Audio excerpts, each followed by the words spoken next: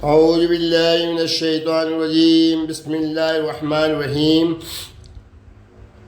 کتاب منہاج السالکین، اصلاح احوال اور روحانی تربیت و ترقی کا نصاب، باب نمبر 6 ہے روحانیت اور مادیت میں مفاہمت کیسے ممکن ہے۔ Episode number 45۔ ایسی محبوب شخصیات کا ذکر کیا جا رہا ہے جنہوں نے قرآن پاک کی آیت مبارکہ کے مصداق اپنی اس محبوب شے کو اللہ کی راہ میں قربان کیا جس سے جدائی انہیں ایک لمحے کے لیے بھی برداشت نہ تھی۔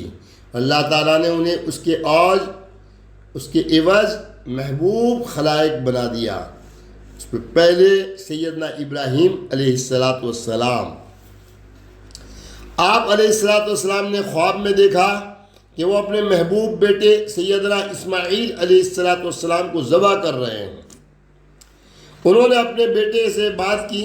سیدنا اسماعیل علیہ السلام نے اللہ تعالیٰ کے حکم کو بخوشی قبول کیا اور عرض کیا، اللہ تعالیٰ نے آپ کو جو کرنے کا حکم دیا ہے آپ اس حکم کی بجا آوری فرمائیں، آپ مجھے صابر پائیں گے۔ پھر حضرت ابراہیم علیہ السلام نے جب انہیں ذبح کرنے کے لیے لٹایا تو اللہ تعالیٰ نے سیدنا اسماعیل علیہ السلام کی جگہ ایک مینڈا اتار کر اس کو ذبح کروا دیا۔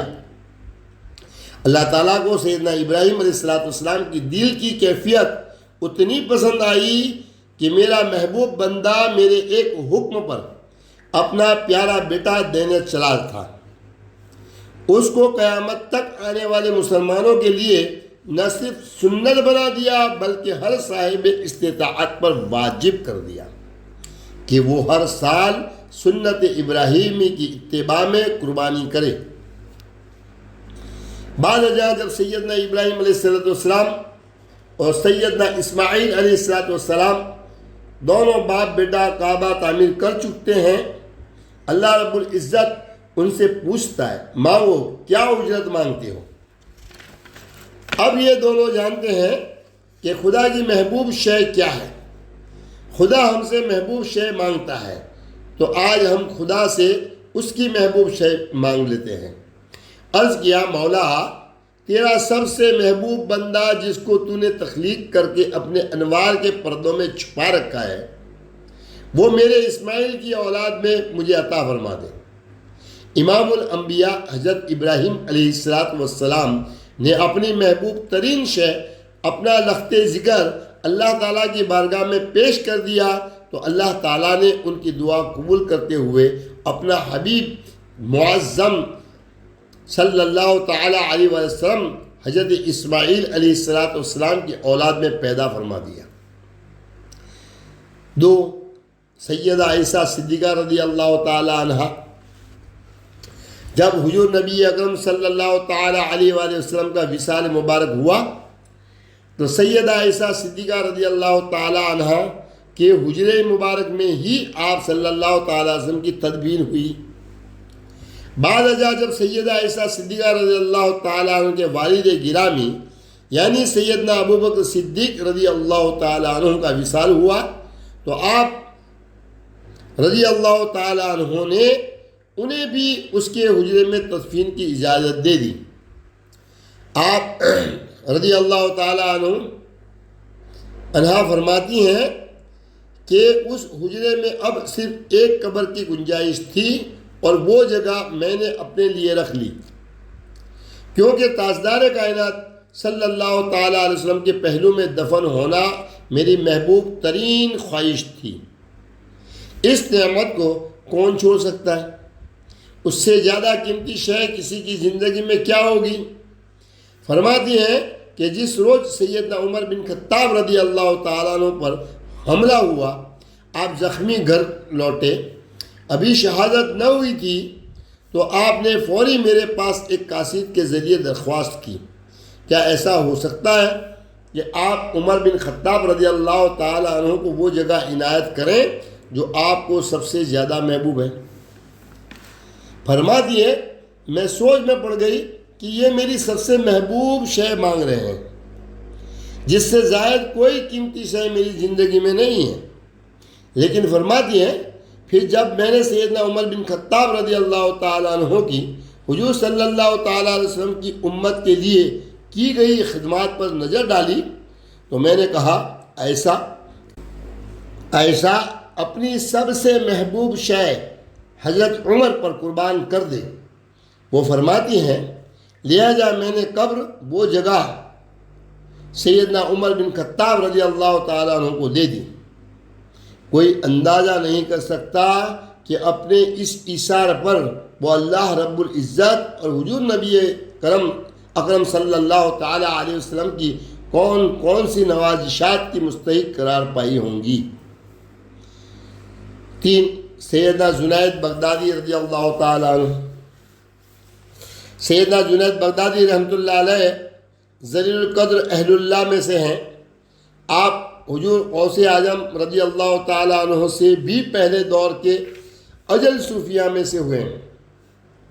تصوف کی ہر کتاب کے اندر آپ کے احوال موجود ہیں۔ اصلاح پر چلنے سے پہلے بغداد کے سب سے معروف پہلوان تھے۔ انہوں نے آج تک کسی سے کوئی لڑائی نہیں ہاری تھی۔ شاہی پہلوان تھے اور بادشاہ انہیں بہت سارے انعام و اکرام سے نوازتا تھا۔ ان کو اس شہرت کے باعث اپنی پہلوانی سے بڑا پیار تھا۔ یہ ان کا سب سے قیمتی ذریعہ معاش بھی تھا۔ ایک روز فرماتے ہیں کہ میں نے میدان میں اترا، آواز دی گئی آج جنید سے لڑنے والا کوئی ہے؟ تو ایک بالکل باریک سا کمزور نحیف آدمی میدان میں اتر آیا۔ تماشائی اس کو دیکھ کر ہنسنے لگے۔ خود فرماتے ہیں کہ میں نے تعجب کیا کہ یہ شاید مرنے کے لیے آیا ہے، لیکن اس نے کسی کی پرواہ نہیں کی۔ وہ قریب ہوا اور اس نے کہا اللہ اکبر کہ میں نے لڑائی سے پہلے آپ سے 2 جملے کہنے ہیں۔ سیدنا جنید بغدادی کہتے ہیں میں قریب ہوا اور پوچھا کیا کہتے ہو؟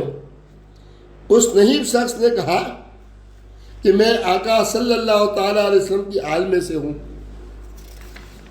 بہت غریب اور ضرورت مند ہوں، اگر کل تک پیسے نہ ہوئے تو بہت تکلیف میں مبتلا ہو جاؤں گا۔ میں اس بھروسے سے آ کر تمہیں کہہ رہا ہوں کہ آج کی لڑائی تم مجھ سے ہار جاؤ تاکہ بادشاہ انعام کی رقم مجھے دے دے، اس طرح میری ضرورت پوری ہو جائے گی۔ اب وہ پہلوان جس کی سب سے محبوب شے پہلوانی ہی ہے، اس سے وہ مانگی جا رہی ہے کہ ہار کر اپنا کیریئر تباہ کر لے۔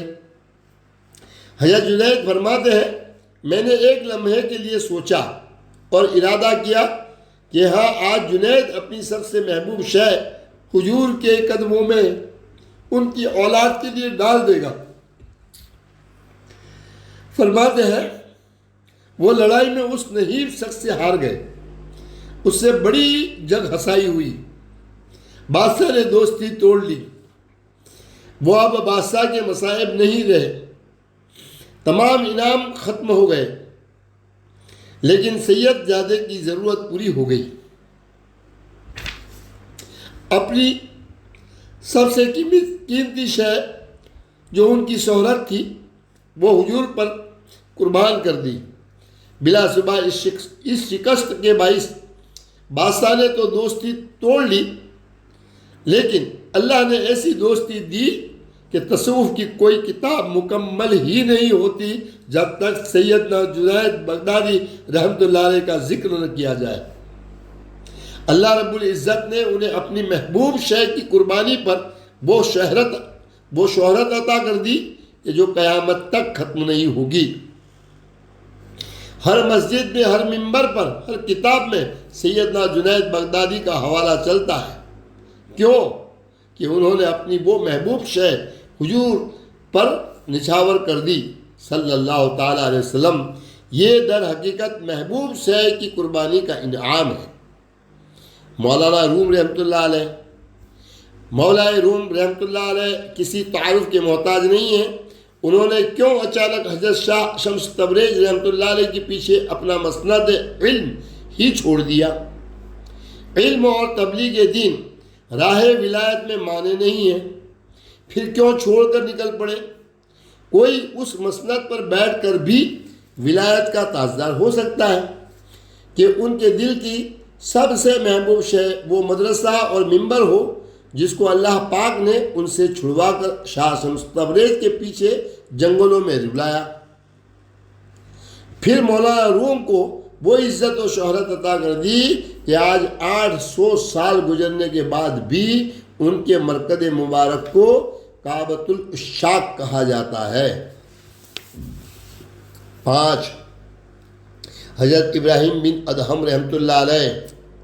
حضرت ابراہیم بن ادہم رحمۃ اللہ علیہ معروف شخصیت ہیں اور ولایت میں ان کا بہت بڑا نام ہے۔ آپ نے اللہ تعالیٰ کی محبت کی خاطر تخت و تاج چھوڑ دیا۔ اب کوئی کہے کہ کیا تخت و تاج میں رہتے ہوئے اللہ ولایت نہیں دیتا؟ نہیں، ایسی بھی کوئی پابندی نہیں ہے۔ خلفائے راشدین بھی امیر المومنین تھے، اللہ تعالیٰ نے ولایت دے رکھی تھی۔ سیدنا عمر بن عبدالعزیز رضی اللہ تعالیٰ عنہ بھی ہیں، وہ ولی کامل اور مجدد تھے۔ الغرض تاج و تخت رکھتے ہوئے اہل اللہ بننے پر پابندی نہیں، لیکن تاریخ میں ان کی تعداد بہت کم ہے۔ پھر یہ بھی تو ہو سکتا تھا کہ سیدنا ابراہیم بن ادہم رحمۃ اللہ علیہ تخت پر بیٹھتے اور وہ سارا مال و دولت اپنی سلطنت کے لوگوں میں تقسیم کرتے، اس میں تخت چھوڑنے کی ضرورت کیا تھی؟ اس کا جواب بھی اس آیت مبارکہ کے اندر ہے۔ وہ تخت و تاج ان کی سب سے محبوب شے تھی اور اللہ کی محبت کی راہ میں وہی سب سے بڑی رکاوٹ تھی۔ وہ تخت انہوں نے اللہ کی راہ میں چھوڑ دیا تو پھر اللہ رب العزت نے ان کو وہ تاج اور سلطانیہ عطا کر دی جس کا وہ تصور بھی نہیں کر سکتے تھے۔ جب وہ تاج چھوڑ کر گئے تو ایک اور ملک کا بادشاہ جس نے ان کو بادشاہت کے دور میں دیکھا تھا ان کے پاس آیا اور کہنے لگا، ابراہیم بن ادہم تو نے کیا کیا؟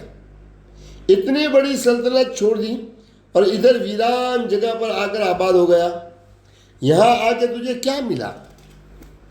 روایت میں آتا ہے کہ انہوں نے جیب میں سے ایک سکہ نکال کر پانی میں پھینک دیا، پھر اس بادشاہ کے سامنے مچھلیوں کو حکم دیا کہ میرا سکہ ڈھونڈ کر لاؤ۔ تھوڑی دیر میں سینکڑوں مچھلیاں سمندر سے باہر آئیں، ہر ایک کے منہ میں ایک سونے کا سکہ تھا۔ کہا کہ وہ بادشاہی اچھی تھی یا یہ بادشاہی؟ وہاں فوج، طاقت اور اسلحے کے زور پہ حکومت کرتا تھا، یہاں پر انسان تو انسان اللہ کے جانوروں کے دلوں پر بھی حکومت عطا کی ہے۔ تو جو اپنی محبوب شے اللہ تعالیٰ کی خوشنودی کے حصول میں قربان کر دیتا ہے تو پھر اللہ تعالیٰ اس کو اس طرح نوازتا ہے۔ پیغام: ہمیں چاہیے کہ اپنی زندگیوں میں غور کریں کہ کون سی چیز ہمیں سب سے زیادہ محبوب ہے۔ اگر وقت زیادہ قیمتی ہے تو اسے اللہ کی راہ میں وقت خرچ کریں، اگر مال زیادہ قیمتی ہے تو مال خرچ کریں، اگر اولاد سے پیار ہے تو اس اولاد کو دین کی خدمت پر لگائیں، اگر اپنی وجہ قطع اجلے لباس زیادہ پسند ہے تو پھر ان کو دین کی بھاگ دوڑ میں، گرمی میں، تکلیف میں، شدت میں سلوٹ جدا کریں۔ جو چیز زیادہ محبوب ہو اسی کو اللہ کی راہ میں دیں۔ 11 اللہ تبارک و تعالیٰ کی صفات اور ان کے ظہور کا فلسفہ۔ انسانی پیشے، دھندے روزگار دراصل سانچے ہیں، یہ اللہ تعالیٰ کے مختلف ناموں کی عملی اظہار ہے۔ وہ المہیمن یعنی نگہبان ہے، الحکم یعنی جج ہے، الحسیب یعنی اکاؤنٹنٹ ہے، الرزاق یعنی روزی دینے والا اور پالنے والا ہے، الشافی یعنی شفا بخشنے والا ہے۔ ایک حدیث شریف کے مطابق اللہ تعالیٰ کے ناموں کی تعداد 99 ہے۔ قرآن مجید اللہ تعالیٰ کے ناموں کو سب سے خوبصورت نام الاسماء الحسنی قرار دیتا ہے۔ ان کا ذکر سارے قرآن مجید میں پھیلا ہوا ہے۔ سورۃ الحشر کی آخری 3 آیات میں تو ان کا ذکر خصوصی طور پر انہی ایسے خوبصورت نام کہہ کر کیا گیا ہے جو بس اس کی ہی ذات کو زیب دیتے ہیں۔ قرآن مجید میں ایک مقام پر اللہ تعالیٰ کے ہر نام کے تقدس اور احترام کا بھی ذکر کیا گیا ہے۔ ارشاد باری تعالیٰ ہے، قُلِ ادْعُوا اللَّهَ أَوِ ادْعُوا الرَّحْمَنَ أَيَّمَّا تَدْعُوا فَلَهُ الْأَسْمَاءُ الْحُسْنَى، فرما دیجئے کہ اللہ کو پکارو یا رحمان کو پکارو، جس نام سے بھی پکارتے ہو سب اچھے نام اسی کے ہیں۔ ہر پیشہ ما سوائے اس کے کہ جس میں احکام الہی کی کوئی خلاف ورزی ہوتی ہو، اللہ تبارک و تعالیٰ کی صفات کا پرتو ہے۔ عدالت میں بیٹھا ہوا جج اللہ تعالیٰ کی صفت الحکم کا پرتو ہے۔ کسی ہسپتال یا کلینک میں موجود ڈاکٹر اللہ تعالیٰ کی صفت الشافی کا سایہ ہے۔ ایک سیکیورٹی گارڈ اللہ تعالیٰ کی صفت المہیمن کا پرتو ہے، اور کسان رزاقی کی صفت کا ظہور ہے۔ مولا بالا آیات مبارکہ اس نقطے کو اجاگر کرتی ہیں کہ اللہ تعالیٰ کا ہر نام خوبصورت ہے، جس سے یہ بھی اخذ کیا جا سکتا ہے کہ ہر پیشہ جو اللہ تعالیٰ کے صفاتی نام کا پرتو ہے واجب الاحترام ہے۔ اگر کسی بھی پیشے سے تعلق رکھنے والا کوئی شخص اپنی ذہن میں یہ خیال رکھے کہ وہ اللہ تعالیٰ کے نام کا عملی مظاہرہ کر رہا ہے تو وہ اپنے کام کے دوران اس نام کے تقدس اور احترام کو بھی ضرور مد نظر رکھے گا۔ ذرا قرآن مجید کی پہلی سورت کی پہلی آیات ملاحظہ فرمائیں۔ اللہ تبارک و تعالیٰ فرماتے ہیں، الحمدللہ رب العالمین، سب تعریف اللہ ہی کے لیے ہے جو تمام جہانوں کی پرورش فرمانے والا ہے۔ آئیے دیکھیں کہ اللہ تعالیٰ کی اس صفت کا اس دنیا میں عملی اظہار کس میں پایا جاتا ہے۔ یہ والدین ہی ہیں جو ہمارے نہایت مہربان رب العزت کی اس صفت کا عملی اظہار ہے۔ اللہ تبارک و تعالیٰ خود بھی والدین کو اس زمین پر ہمارے بچپن میں ہماری پرورش کرنے والوں کا ایک مثالی نمونہ قرار دیتا ہے۔ وَاخْفِضْ لَهُمَا جَنَاحَ الذُّلِّ مِنَ الرَّحْمَةِ وَقُلْ رَبِّ ارْحَمْهُمَا كَمَا رَبَّيَانِي صَغِيرًا، اور ان دونوں کے لیے نرم دلی سے عز و انکساری کے باوجود جھکائے رکھو، اور اللہ کے حضور عرض کرتے رہو، اے میرے رب ان دونوں پر رحم فرما جیسا کہ انہوں نے بچپن میں مجھے رحمت اور شفقت سے پالا تھا۔ انہوں نے ہمارے بچپن میں ہماری پرورش کرنے والے رب العزت کی طرح کی، اور ہمارے ساتھ اسی طرح کی مہربانی اور شفقت برتی جیسی کہ کل جہانوں کے مالک اللہ تعالیٰ ساری انسانیت پر فرماتے ہیں۔ آئیے ایک اور الوہی صفت کی انسانوں میں عملی مظاہرے کا مشاہدہ کریں۔ اللہ تعالیٰ قرآن مجید میں ارشاد فرماتے ہیں، وَإِذَا مَرِضْتُ فَهُوَ يَشْفِينِ، اور جب میں بیمار ہو جاتا ہوں تو وہی مجھے شفا دیتا ہے۔ اللہ تعالیٰ ہی وہ واحد ہستی ہے جو شفا بخشنے والا ہے۔ وہ تمام ڈاکٹر حضرات جو مریض انسانوں کی بیماریاں درست کرنے اور انہیں صحت یاب کرنے کے لیے ہمہ وقت سر جھکائے مصروف کار رہتے ہیں، سب سے زیادہ اپنے پیشے سے مخلص نظر آتے ہیں۔ وہ اللہ تعالیٰ کی اس صفت کا پرتو ہے۔ اللہ جل شانہ نے ہر مرض کی دوا پیدا فرمائی ہے، اور طبی سائنس شب و روز ان کی دریافت میں مصروف کار رہتی ہیں تاکہ ہر مریض کو اس کے مرض کے مطابق علاج میسر آ سکے۔ ایسے سائنسدانوں نے اس میدان میں جو کامیابیاں حاصل کی ہیں وہ انتہائی قابل ستائش اور مفید ہیں۔ اس طرح اللہ تعالیٰ کی صفت الشافی کا عملی اظہار اس پیشے کے ذریعے ہوتا ہے۔ یاد رہے کہ دنیا بھر میں ہر پیشے سے منسلک افراد کو ایک ضابطۂ اخلاق کے اندر رہ کر اپنے پیشے ورانہ فرائض ادا کرنا ہوتے ہیں۔ ہر پیشے کی اپنی اخلاقیات ہوتی ہے، اور اخلاقیات کی بنیادی اصول سچائی، ایمانداری، انصاف اور خوشحالی کا فروغ ہے۔ جو کوئی بھی ان سے انحراف کرتا ہے یا بددیانتی کا مرتکب ہوتا ہے، اسے اس کا بڑا خمیازہ بھگتنا پڑتا ہے، اور اس پیشے کے باقی افراد اسے اس پیشے سے نکال باہر کرتے ہیں۔ قرآن مجید میں ارشاد ہوتا ہے وَمِمَّا رَزَقْنَاهُمْ يُنْفِقُونَ، اور جو کچھ ہم نے انہیں عطا کیا ہے اس میں سے ہماری راہ میں خرچ کرتے ہیں۔ اللہ تعالیٰ کی راہ میں خرچ کرنا، خیرات دینا اور مفلسوں اور ناداروں کی ضروریات کو پورا کرنا جیسے کاموں کو عملی مظاہرہ ہمیں دنیا بھر میں موجود غیر حکومتی تنظیموں یا NGOs کی سماجی بھلائی کے کاموں میں نظر آتا ہے۔ دینے والی ذات صرف اللہ تعالیٰ کی ہی ہے، اور اللہ تعالیٰ ہی ہم سب کو دیتا ہے۔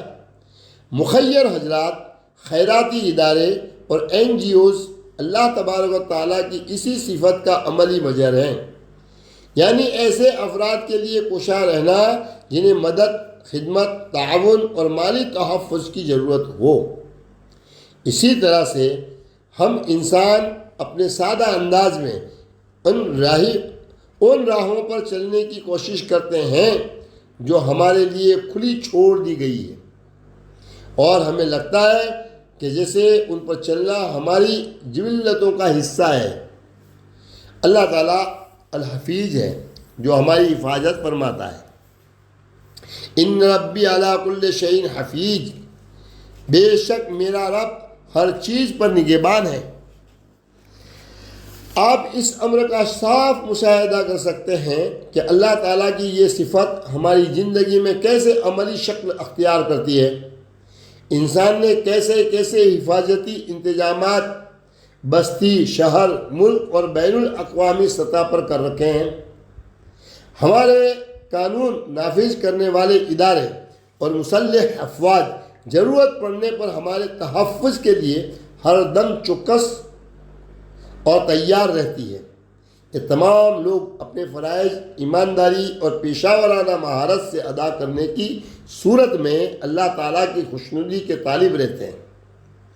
اللہ تعالیٰ کی خوشنودی ہی ہماری ہر میدان میں کی جانے والی تمام تر کاوشوں اور پیشہ ورانہ زندگی کا مقصد ہونا چاہیے۔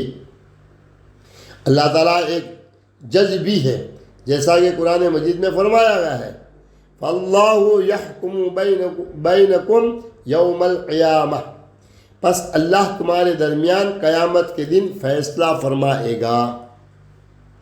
اور یہ بھی فرمایا گیا ہے اِنَّا أَنزَلْنَا عَلَيْكَ الْكِتَابَ بِالْحَقِّ لِتَحْكُمَ بَيْنَ النَّاسِ بِمَا أَرَاكَ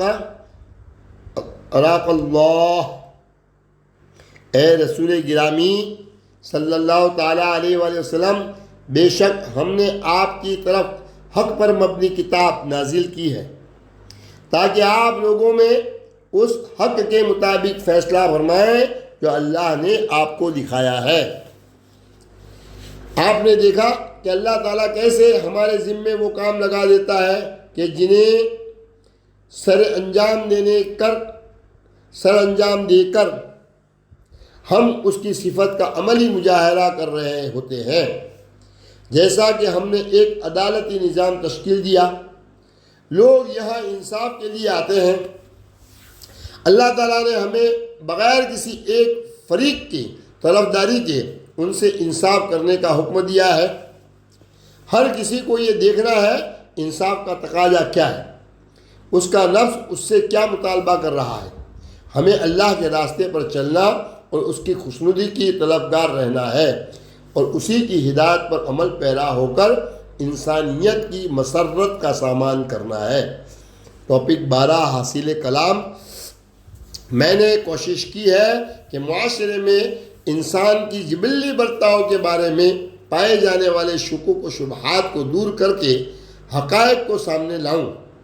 ہمیں جسمانی، روحانی، معاشرتی، اخلاقی اور تہذیبی طور پر آگے بڑھنا ہے۔